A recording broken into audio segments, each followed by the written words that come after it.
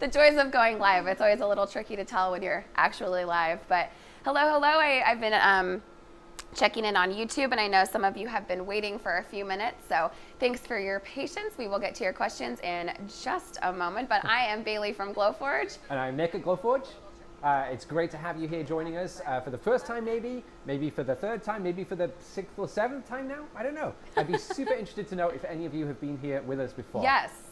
Yeah, sometimes we send out an email if you're on our email list. If you want to make sure that if you just happen to be on YouTube right now and see us pop up, or if you got an email from us this morning, but you want to make sure that you don't miss these in the future, subscribe to our YouTube channel. Absolutely. I schedule these a couple days in advance. They'll pop up when you're on YouTube, a little notification to let you know that we're about to go live, and then we'll just hang out and print and chat, and that's the whole thing. Yeah. I saw a few questions popping up already. Excellent. Oh, Melanie says that she's joined a few now. Thanks, Melanie. That's super fun and cool. What's your favorite part, Melanie? And gets it via email. Mm-hmm. Oh, nice. Yeah, we'd love to hear what you're here for. Cuse is asking, how do I add a shape and drag it into a rectangle? It just gets bigger and smaller and it doesn't change the shape. Thanks. I think I know what you mean. I think you're using the Glowforge design tool, and I had the same issue. There's actually a little lock icon, and if you in the bottom left hand, so if you got your square, if there's bottom left hand, there's lock icon. If you unlock it, then you should be able to change the dimensions and make your square into a rectangle. Literally had the same thing happen to me. Couldn't figure it out. We can show you that in just a second, actually. Sure. Yeah, don't let us forget. All right, and Geraldine says joined several times before. Let me pop on over to Facebook as well. I love seeing you all here. Today we're doing a fun print. We're using a material we've never printed live with before. I've actually never printed with at all. Oh, so I love it. I love it. This is super interesting, and it's a segue into so many different things that we could talk about today. But the long and short of it is, we will soon be releasing corrugated cardboard print settings into the Glowforge app. Now, I know a lot of you out there may have already used cardboard, you may have been printing already, but for a lot of people who aren't necessarily familiar with how to generate your own settings or how to troubleshoot, how to cut, that kind of thing, we have done the hard work for you. We've taken the two most popular types of cardboard that I think Amazon uses for their shipping boxes. Oh my gosh, wow, I did not know the details here. Yeah, wow, we really got technical. And saved all of that into the app. So you can take those boxes, you can flatten them, and then you can prototype, you can create finished things, or you can make cool packaging for your prints, which is what we're going to show you today. Yes. Oh my gosh, it's so cute. We were testing these at home yesterday and sending each other's photos back and forth because it's a brand new print that we just whipped up for this today, and it's darn cute. We're excited. So okay, fun. Before we get started, I have seen a couple questions pop up on Facebook that I want to make sure we get to. Well, first of all, Angie said that she just got word today that her Glowforge will ship next week. Woo. That's very exciting, and it's her first time watching a stream. So, Angie, welcome. We do these a couple times a week for this last month or so, and we'll see how many we keep doing. But we love to see you all here, Glowforge owners, people thinking about getting a Glowforge, and just talk Glowforge, print, explore all your questions. That's it. Bill is asking advice on how to best edit a color picture for etching. So here's what Bill's talking about. Is like right here. Mike or Barry, could you show them my phone camera so we can show this photo right here. So what I'm showing when it comes up, here it is. Perfect. So this is just a stock photo, I think, that we purchased on, a stock photo website, and it was color, and then we turned it to grayscale and printed it. And Nick, do you know any other tips about, to get a beautiful result like this? Yeah, I mean, in general, you want to start with the best image that you can. That's going to get you the best results. Anything that is in black and white and that has good levels of contrast is going to print quite nicely too, but there are optimizations you can do, and we actually have an article and a guide on how to make those adjustments on support.glowforge.com. So if you're interested, support.glowforge.com. I think it's in the My First Print section on the left-hand side, and there's a guide for both Photoshop and GIMP, which are, Photoshop, of course, is Adobe's sort of premier photo editing tool. GIMP is a free version of that. But the principles apply. So if you use something different like a Corel program, I'm sure you could find some things out there too. And I would say that not every photo is going to look amazing engraved, just like every photo wouldn't look amazing in black and white. You kind of have to think of it like that, because in some photos the color might be important for the detail, or if there's too many colors, like a field of flowers might not look amazing. I don't know, as an example. Yeah. Well, I think once you flip it to black and white, it'll become obvious what's going to happen. Now, I do have a tip, actually. If there's an image, say this, that has an important detail that you want to come out, and when it's a picture of a human, faces, eyes, that kind of thing, I think is key. What I personally do, just to to test the waters, so to speak, is to crop a little section of that image and then print that section at the size it's going to be in the final photo. The eyes are a good one, because if the eyes are off, the whole photo's creepy, right? Yeah, kind of look like kind of a zombie vibe going on. It's, I wouldn't recommend it. Yeah, no. I think we've all seen those. But, yeah, absolutely. It's charming, I get it. But yeah, a little bit of tweaking, you can often get a better result. So yeah, take a small section, print that, see how it looks, make a tweak, and that'll just save you a lot of time. You don't have to print the entire photo every time. Cindy is saying she's from Louisville, and this is the third session I've seen. Thinking about pulling the trigger and buying the Pro this week, just trying to figure out what to make that I could sell. Oh, that's a good segue. Yeah, it sure is. Shall we get started on the print? Yeah. Should we tease it first? Should we show everybody what we're doing? Yeah, I think so. Let's do that. So this is a really fun thing that I think we've just seen popping up on Etsy and the like recently. And basically what it is it's a cross-stitch blank. Yes. So this is the finished bit right here. So this is one piece. This is like cherry. This one's in cherry, and it's a little giraffe character with the stitch holes all pre-done. And then I printed one yesterday. This is actually on draft board, so you can see the wood looks slightly different. And just embroidered him a little sweater. And I have many more ideas. I think I could have done maybe a little heart design in it. I could have probably done the stitching in between each of the rows at least, but swim sorts for summer, maybe something like that. Yes, exactly. So what this is yeah, like I said, cross stitch blanks. So you can make these in any shape. I just did a quick little. Actually, pull up Etsy right now on there and just look for cross stitch blanks, and let us just show you. I pulled this up earlier and I was like, wow, it's a whole world, which makes sense because it's a fun activity to do with kids. You could make them all different sizes. I mean, this one's tiny, so it felt like actual cross-stitch project. It required some dexterity and a real needle and things like that, but you can make it bigger and use bigger thread. Yep. So one thing I was pitching to Bailey the other day is that we should take this and actually print it in pass-through size, which is, we'll talk about that in a sec, but if you have the pass-through slot on your Pro, you can make really big prints.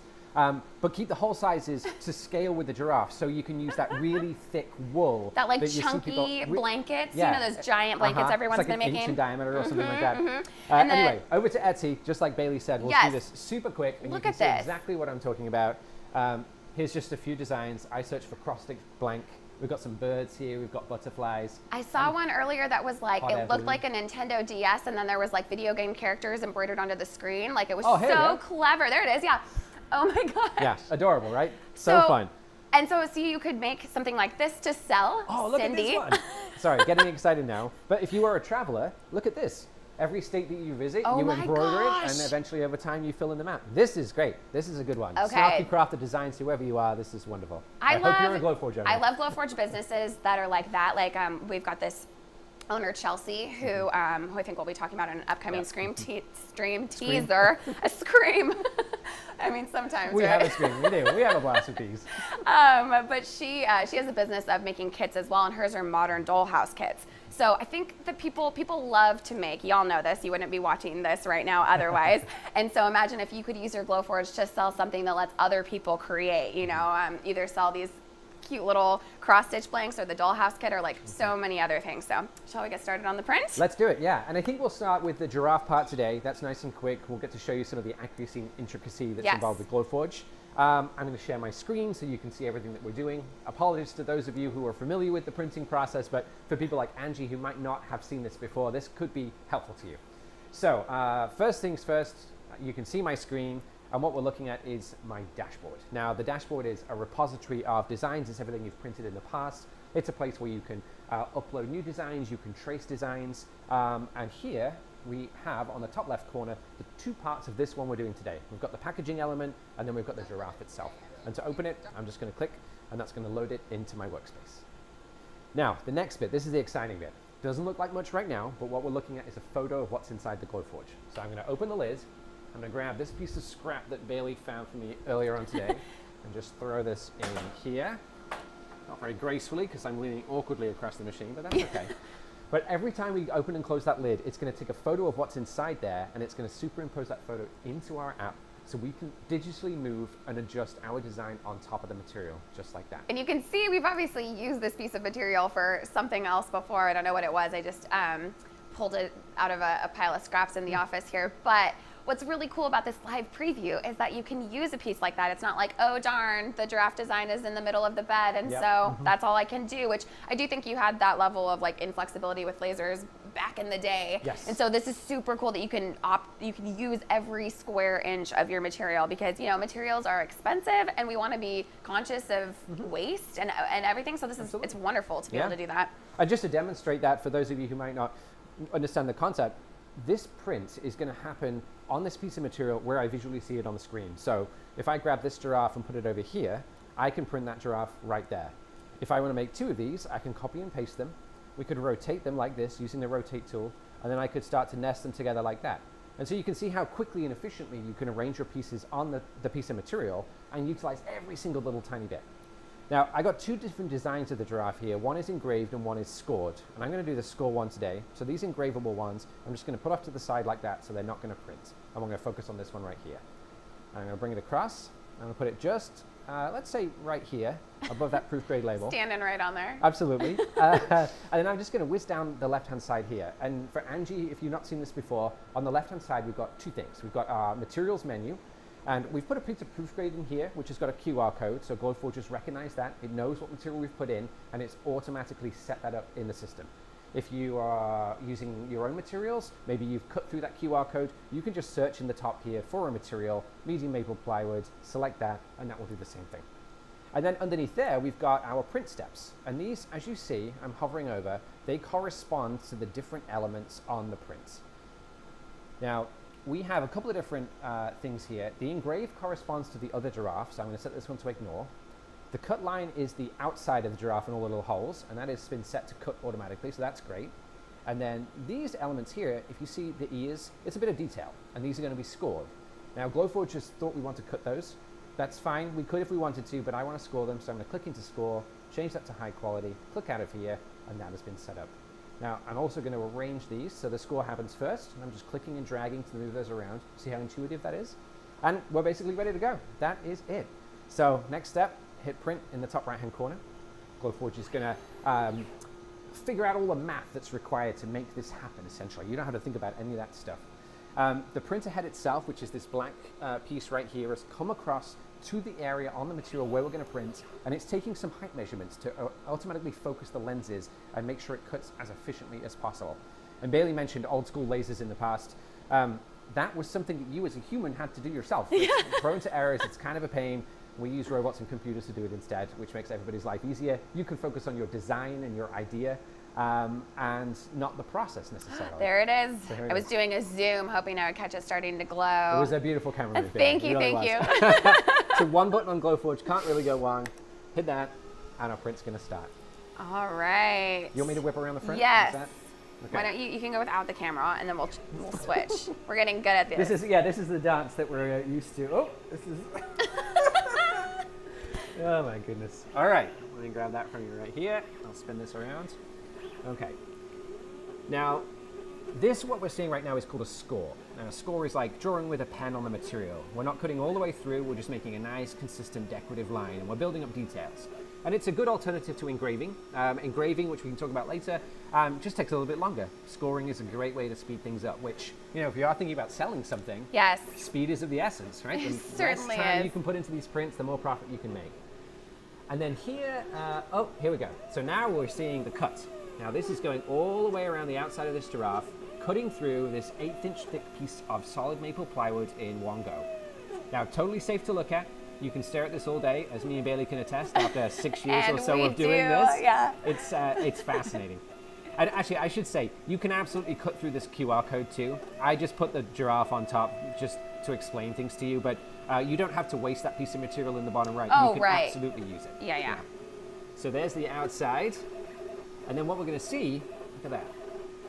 Look at those tiny little holes. Oh, I'll try. This was really fun to watch print at home, right? too. It's It's super really fun. cool. I mean, you imagine trying to do that by hand on a drill press or something like that. You just never get this level of precision, which is super cool. So anyway, there's our giraffe. We'll leave that printing. I think it'll be ready in about, I don't know, 30 seconds or so. Let's do some rapid questions, because boy, have they been coming through. So David is asking, is the Glowforge software compatible with Linux? David, you can use the Glowforge software with any internet accessible device. So yes, totally. So you just use the print app on app.glowforge.com. Every Glowforge has like a lifetime membership to that, all the basic printing capabilities. You'll always be able to print. Absolutely. One neat thing about that actually, which is very relevant for right now, because you log in via the web, every time you access the software, you're using the latest version. And we actually just made some improvements to the UI and the experience, which we rolled out to everybody. If you're a new user, you may have noticed those. Sorry, an existing user, you may have noticed those.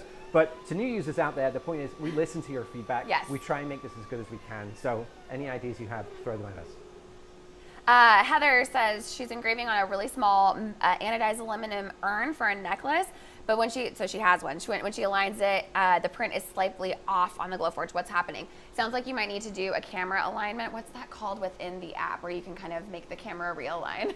I think it's called the camera alignment tool or something. like that. Yeah, we have something for you, Heather, in case somehow it got out of alignment with moving or something like that. You can run that program, and that should help get it realigned. There's also a tool called Set Focus, which is in the 3 dots menu, which we can show you in a second, which might do it. Do you mind just showing my screen really quick, Mike and Barry? And I'll just show this. So Set Focus is designed specifically when you're working on small things or when you need to print really accurately. And it basically takes this image that you see on the screen and changes your perception of it so that your print ends up in the right spot. We click the 3 dots, we choose Set Focus, and then we click where we want to print. So for this example, it would be the little aluminum urn. The Glowforge print head's going to come across just like it normally does. It's going to take a height reading in that specific point and then adjust this image to make it as accurate as it can be. That's mostly very useful for things like a little urn or something that's not totally flat, something that's not proofread, like right? This, so that the Glowforge is measuring it exactly and you're getting like just the most exact. Yeah, it's a funny thing to explain, but it's a very useful tool. I kind of wish it was more obvious to those of you out there, but you know, it's not my call. Yeah, so Heather, try that. Try the Set Focus. Definitely. That might be what you need to do. That's what I was using for, what were we doing for found objects last week, but that did it. Anywho, I can't remember. So many prints these days. Let's see. So we're getting some questions about the filter. Is there a smell? How does it work? Are we using a filter right now? Yes, certainly. So anytime that you are printing with a Glowforge, you do need to ventilate. So it's pretty simple. You've got basically 2 ways to do it. You can use the included air filter, sorry, not the included air filter, the included dryer hose. So this comes with your Glowforge.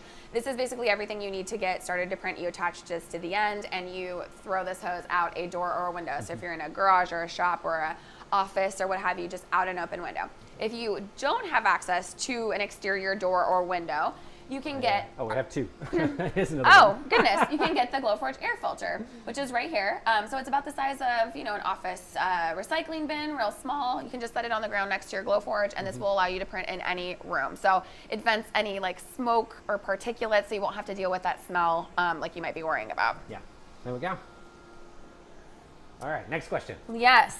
Well, this one's very specific, but we'll give it a try. Erica, when cutting red oak, is the red side facing up or facing down towards the crumb tray? I don't know if I know that one. So if whatever's facing up is what's going to get engraved, Erica. So it kind of depends on the effect you're trying to achieve there, I suppose. Yeah. I'm wondering if maybe you have a 2-sided material or a laminated material with a veneer or something like that. If you have a few more details, Erica, throw them in the chat and we'll see if we can answer that more specifically. Amanda ordered hers last week and cannot wait. Excellent. Let's hop over to YouTube again. We should do some of this cardboard stuff in a minute as well. Well, does it engrave on fabrics? If yes, which type of fabric? So that's from Raina. Yeah, fabrics are really cool. I think in general with cutting fabrics, you want to stick with natural fabrics, but here we go. Here's a denim, for example, and this has, we didn't cut this one, but we engraved it. My other girl is a Glowforge. That's what it says. Get it? It's pretty rad. But here's an example of and this is a synthetic fabric, and this cut really nicely. And like you were saying yesterday, Nick, or whenever, it's all a blur. What is time Another these time days? when we were talking in front of the camera, you were saying what's really great about using the Glowforge on synthetics sometimes is that it sort of seals the edges. So it's like, I don't know, we gotta find the word that I said not cauterize, but I don't think that's quite right. It's like a heat seal, if you like, but it stops it from fraying. That's exactly what it is. Like, yeah, exactly. So no fraying. So this is like a gorgeous sort of origami Japanese wave design, and this is some kind of synthetic. Yeah, it's like a Kudora or something like that, I think. Yeah. Anyway, but folks do all sorts of stuff Definitely on denim, on felt. We have a felt iPad holder, things like that. Yeah. Leather, of course. Leather, if you consider that as a fabric. Yes. This is an example there. Yeah. Shall we get started on the cardboard and then we can talk more materials? Yeah, let's do it. So essentially, we showed the packaging already, didn't we? Okay. Yeah, so we just printed the giraffe itself. That you will cross stitch, and then this is the little package that he lives in. Now this is just a sheet of cardboard. I know this is kind of fancy cardboard. It's just what I had at the office at the time. But you can use anything that you have around at home. Around an 1/8 of an inch thickness-ish is great for the settings that we have right now. And I'm just going to throw this in here just the same way that I would with any other material. And because of that live preview thing we talked about, you don't have to be very accurate with the way you put your material in the bed, because you can compensate for any of that stuff, misalignment or anything like that within the software. So nice and easy. And then back over to my design here, where see that piece of cardboard appear in the app. And I'm still in the giraffe design, so I'm just going to go back to our dashboard here. I'm going to open up the cardboard version like this. I'm going to let that render for a sec. There we go, perfect. Here's our design. And we've got 3 pieces here to this. Let's print, let's see. My cardboard has got a bit of a wave to it. And to speed this up so everybody gets to see this more quickly, I'm actually going to turn them this way. Top tip for engraving. Things that are wider than they are tall are going to engrave faster than if they're taller than they are wide. So that might be a handy tip for somebody out there. I'm going to take this one, pop it off the side. I'm going to turn this one around. And the reason I'm doing this is because this cardboard's got a bit of a bend to it. And I think, just based on my experience, that one above here might struggle to cut through. And I don't want to overpower it given that it's a paper product. But again, we have our material in the bed. We have our design aligned to it. I'm going to choose my material here. Since we don't have a QR code, cardboard is what I'm using. Corrugated cardboard is the one that I want. And I mentioned that set focus tool. Let me demonstrate it right here. Set focus. We'll click right here. And I think what you'll probably see in a second, after the machine does this calibration, is this image is going to change just a little bit. Now, while that's happening, I'm going to hover on these left-hand side, and you can see all these different elements that we have. We've got the Meet Jerry engrave, we have this engrave, we have a cut, and then we have this, which is going to be a score. So I'm going to move this up again, choose that to score. For the Jerry engrave, I'm going to go into here and just show you something real quick. When we're engraving, we've got a few different options, a few different settings. Draft graphic is, as the name suggests, a draft engrave. SD is standard definition, HD high definition. If you're looking for a high quality result, HD could be what you want. It just takes a little bit longer. But I think for these, SD is going to be fine. And here's just a sneak peek into the settings menu. Now, if I want to speed this up just for demonstration purposes, I'm going to go into Lines per inch here, and I'm going to change this to 195 like that. And then with this one, I'm actually going to do a much more drastic change to show you a cool effect that I really like. And that's going to change this LPI down to 75. And that results in kind of like a crosshatch technique, which is super that's cool. what you did here. That's I see. Yeah. So I'm going to move those just a little bit further up. I'm going to hit print.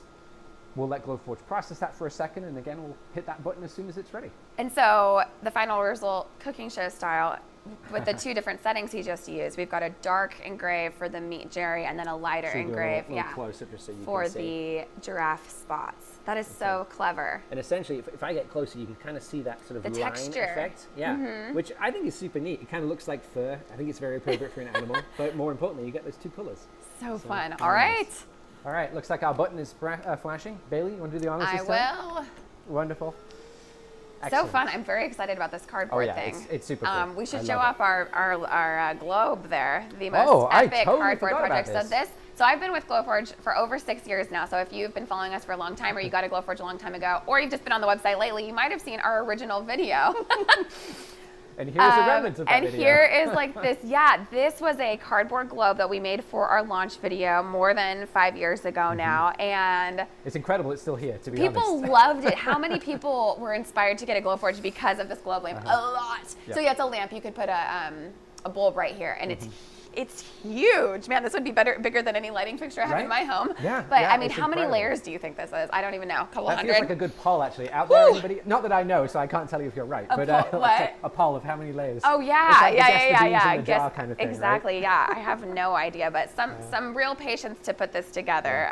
But so cool. For the technical ones of you out there, we got a 3D image of a globe and then sliced it up using, I think it was AutoCAD 123D, something like Yep. this, and then printed each of these layers on the Glowforge. 123D make or something. Yeah, is that something what like it's this. called? Yeah, I think now it's incorporated into Fusion 360. But anyway, this is possible if you're interested in that kind of thing. So I just saw a question caught my eye, and we've got some Glowforge experts in chat, and they're answering them before I can even get to them. So thanks, y'all. But I wanted to make sure we explain this out loud too. So Lynn says, I've been seeing people selling blanks for Glowforge.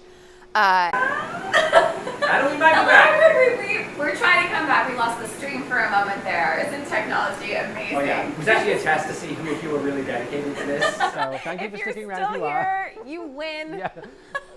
A prize. You get to see the end of the print.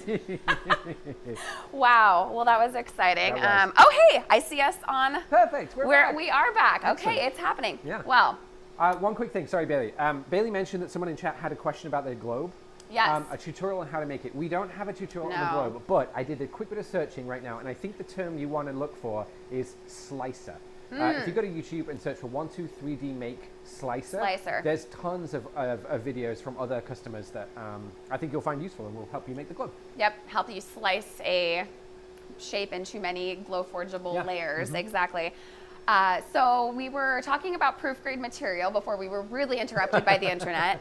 So proof-grade is a line of materials that we developed specifically for Glowforge. So it includes plywoods, hardwoods, some leather, some acrylic, this cool thing called veneer, which is oh yeah, this is super cool. Gorgeous, high-quality hardwood, but super, super thin. And then on the bottom, it has like a 3M sticky surface, so you can make like laptop stickers, phone stickers, and it's really super flexible too, so you can make things that like wrap around a cup or a mug or something like that. You can get really creative with it. This is a print that actually someone has done with veneer. And if I just lay this on here and grab our close-up phone, you'll be able to see this. Now it's really subtle, but very tactile. And Mike and Barry, if I can get you to switch over to the phone, just 1 second. Perfect. You can see the depth that you can achieve there. And of course, you could engrave this, absolutely, but instead we cut it out, laminated it. We've got a piece of maple on top of a piece of walnut with some gold paint. Super cool effect. I love that. And then so the thing about proof grade is that, we selected each of the materials just for Glowforge. They're all masked with this white paper, so they all look the same color. They're not. This is in my hands right here, a walnut, so it's like a dark, rich wood, of course. But so if I was to peel it off, now Nick's doing it right here on this plywood.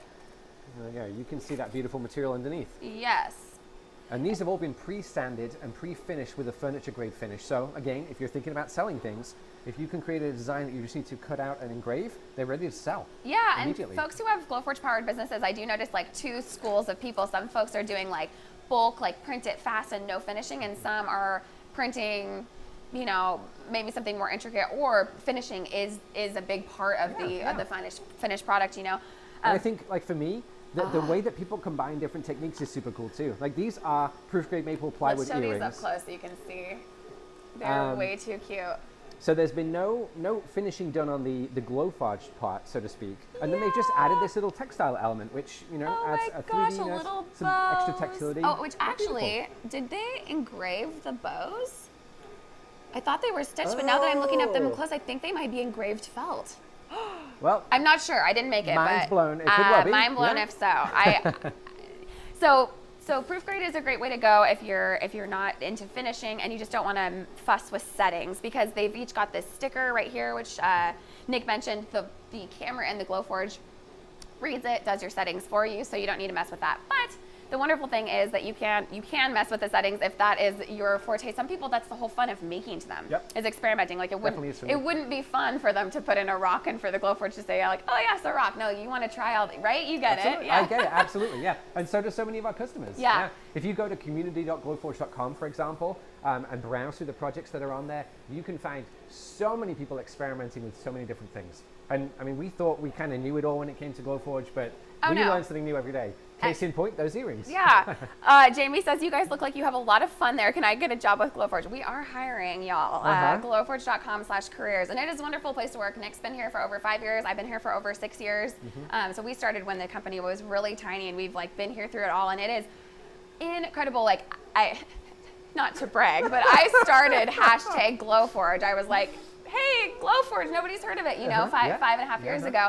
And now there's like 200,000 hashtag Glowforges or something. It just blows my mind. Yeah, it's really, really it's cool. been amazing. A once in a lifetime experience for us to watch a company grow like this. And it's so cool to see you all here with us and excited about Glowforge here with us every day. The fact that we can get on here twice a week and y'all show up and are excited. And we just yell at you and things we go wrong and you still have fun. It's great. It's the best. So thanks, Jamie. I'm glad that comes through. Charisse is saying they'd love a tutorial on adjusting speed, power, and lines per inch and what those results look like. That could be interesting to do for an upcoming stream. That like could be a good one. literally just a deep dive into testing settings. Yeah.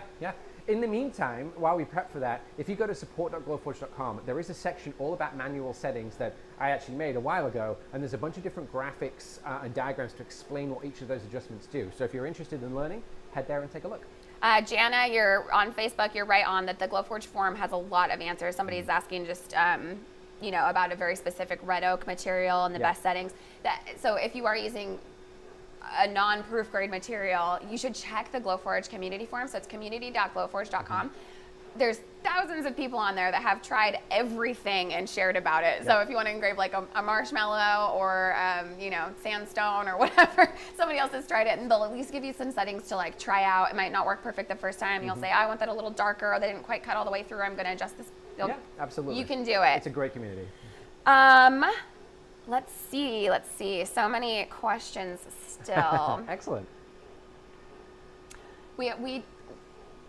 We got through the ventilation. We talked a little bit about starting a business with Glowforge. Oh, we haven't shared the customer photos. Let's do that real quick. Yeah. So while we're printing, while we're finishing up this print, we should show you these photos I pulled just on Instagram this morning. So this first one is like kind of a big version of this little giraffe guy that we're doing. It's like he looks like he's using like a chunky yarn or something for the cross stitch, and Shoelace, maybe. Yeah, and it's like a little robot project. And this was a whole this post by Hello Bowsers. It was actually like a whole STEM summer camp little project that they did with their kid last summer, and super cool, creating a little robot. Love it. Really nice.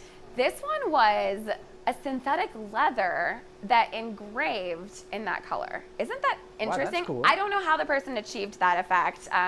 You can check out their Instagram, Southern Trade Co. and ask them, Southern Trade Colic, is that what it says? Southern Trade Co. LLC, I think. LLC, like I'll keep it on there for a moment. Yeah, not colic, like babies crying. And, no. But someone was asking about blanks earlier. Like, this is a great example where you might buy the hat, you might buy those leather patches. I have no idea if they come like that. I've seen patches in leather. I've seen patches in cork. Yep. So and then cool. just adhere them on there, and And then that way you can work with like things like hats that you wouldn't normally be able to shove the whole thing in your Glowforge. Although people do. This is by Sparked Up Studio. This is like a painting, but what it is, it's like a blank piece of draft board or something, and then they did the drawing part of it with a score, and then they painted. So they created like a laser drawing and then painted beautiful. it. It's yeah, almost like paint by numbers. It's and because we've engraved those thick lines, the colors don't merge together. Exactly. So you don't even have to be that great at painting, I don't think. Yeah, that's beautiful. I love that. Really nice. And then, this was just clutter. I couldn't tell from the post, but it's possible that the whole watch band is made from Glowforge. It's certainly the back of the watch is engraved. It says like, you're the best dad or something like that. It was a Father's Day gift that someone shared, Blue and Bumble. But I actually think the whole watch band possibly might be Glowforge made. It looks handmade, it's leather, it's felt. It could be if it isn't. Yeah, so. absolutely, yeah. And these great, these wooden watches, by the way, you can buy them online. I pitched them for a Father's Day idea a couple of years ago here. Never really came to fruition, unfortunately, but it's a great thing. Our print is done. Ready. Yeah, let's whip around the front and pull this out so we can show everybody. Here is our cardboard pieces. What a satisfying like crunching noise that cardboard makes. Yeah, I really love that. And sometimes I will say I deliberately change my settings so it only barely cuts through so that I can pop things out, which, like, let's say you're creating something with a bit of assembly. You could almost create one of those, I want to say Airfix, but I don't know if that's a brand in the US. Those like model planes where you pop them out of the material. Yeah, I know what you mean. That's what I always picture that you use score for, that it's like a partial cut, sort of. Cute. Absolutely. But here's the layers, and then you could use some glue, but I like something like this, which is just like a double stick tape roller. Just a few dabs, glue these layers together, and before you know it, you have your packaging for your product. And then? And, thinking about the business, you've got your product that you're selling, the packaging that it goes in, with pass-through. Maybe we should talk about that for a second. Yeah. You can do the signage for your store. You could do anything that you need to decorate your space. You could do business cards. You know, it's business in a box. Here's another great example. This is let's show this. a pillow box. So this is just bought online with a stamp for a fake brand that we made for a photo shoot. But the stamp for that was actually Glowforge made. It's in here. Oh, and we did a whole live stream on stamp making the other day. We'll do it again if y'all want to see that. But you could also just scroll down on our Facebook page or on our YouTube and find it. This is laser safe rubber, and look at that. We just stuck it on the back of some proof grade plywood that we had lying around. Again, great use for your scraps. Because of the accuracy, you can print around the design, so you know exactly where it's going to go on your piece. No guessing in terms of placement. Just a few minutes to cut. I love so that. much value there. If you do weddings, like imagine being able to offer this to your clients for weddings. Oh my gosh. Cindy is asking, is there a manual or class from Glowforge will explain how to use it, or do you have to search the forum for even basic info? Cindy, I think you'll be like pleasantly surprised that the basic info is just intuitive. Like using the Glowforge app is very drag and drop, but the forum is super useful. But also there's like Facebook groups. There's like, I know there's a great one called Glowforge World. There's a great one that our friend Daryl runs. He's just a customer that started up a Facebook group. It's gotten huge, and folks like help each other and share ideas. So I think, although we don't have classes at this time, I think you'll find that you might not need that, and that you'll be diving in like the minute that you press that button for the first time. Yeah. So. we do actually, and this is a bit of a tease again, maybe I shouldn't say it, I'm not sure, but we do have a few videos coming out very soon, which is called the Glowforge Essentials series, and that's going to be about unboxing your printer, setting it up for the first time, going through your first print, an introduction to the software. So I think a lot of that might alleviate any concerns that you might have. Sure. Not necessarily a tutorial, but it definitely is a great foot through the door, so to speak. Yeah, those will be great. Let's see. I think, is there a way to get the Affirm payment plan but pay it off sooner than the scheduled time? That's a great question. I believe so. I believe Affirm lets you pay more than the monthly amount, but I'm not 100% sure. But everyone should know that we do have financing from Affirm. So if you want to finance your Glowforge, maybe you got the cash only for a basic, but you're really wanting to invest in the pro because you want to run a business with it, then maybe financing is a good option for you. I'm so glad we're able to offer that. I know lots of people take advantage. Well, I think that's about it for us today. Thanks for bearing with us through the technical difficulties. I love this. I want now us to design a whole little zoo full of animals that need sweaters. Absolutely, yes. yeah. It's a perfect design. They're really way too cute. But make sure that if you're watching us on YouTube that you are subscribed to our YouTube channel so that you can see all the new video content. In addition to lives, we're hoping to do some customer Q&As, some different project prints, all sorts of stuff. We've got lots of plans for this summer, so we'd love for you to be here. We've not mentioned too, please share them with us. Yes, we're having so much fun being here with you all today. So thanks again, and see you next week. Absolutely. Bye. Take care.